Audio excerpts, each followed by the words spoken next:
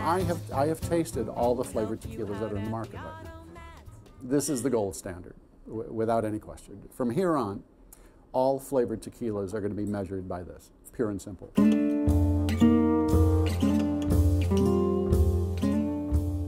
First, I was so thrilled that they did it with the Reposado, because I would have thought, oh, they're going to put it into the Plata, you know, but they gave us a base spirit that has so much depth, and then added the hibiscus and the Port Cask. It just was so beautiful, and I was so thrilled because it's not generally something that I would speak about, let alone carry. And then when I started mixing with it, I was even more excited because it was so versatile in all of the cocktails that I created.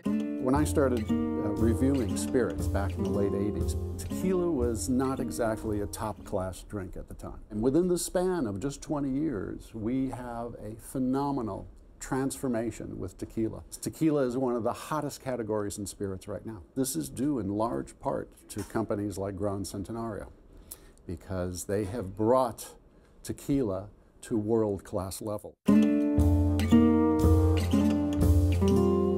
Another thing about Gran Centenario is they do not harvest until 10 years, until the agave is 10 years. Now, the industry standard is about 6 to 8 years.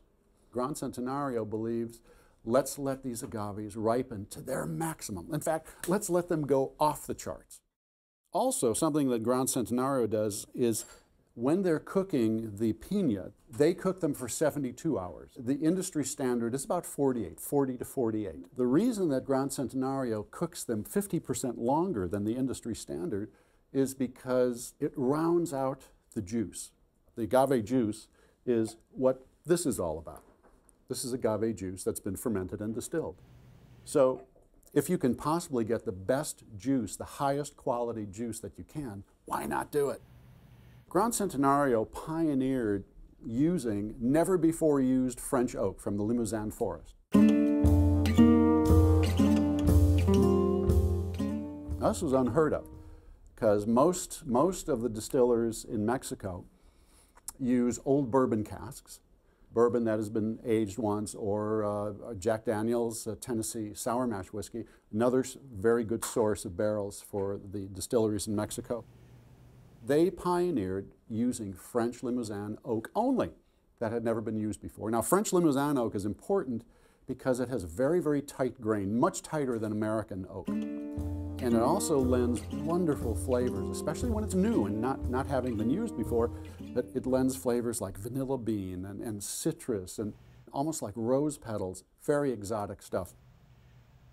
Then they did something really creative, and they put the 10-month-old Reposado in Port Casks for 2 months.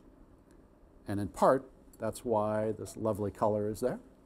But the port aspect was important because the hibiscus infusion, now this is infused with hibiscus.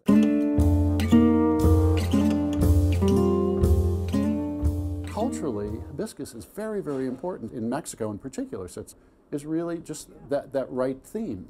This is a very important plant. It has very, very beneficial aspects to it in terms of it's a diuretic. It's used in herbal teas. When they first told me about the Rosangel, I was very skeptical because I don't, my bars, we carry almost no flavored spirits. Generally because they're just, have not been very impressed by any of them, and I generally prefer to take whatever they're infusing it, it's raspberry or it's orange. I would rather use the fresh ingredient than have a spirit that's already flavored.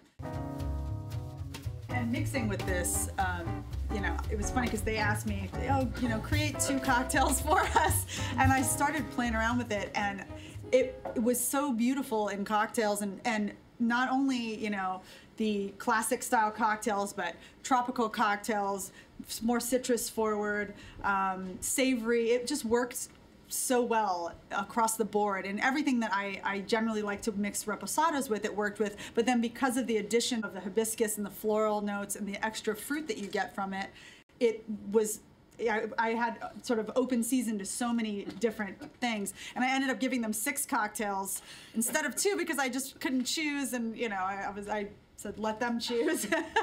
And all 6 were just off the charts.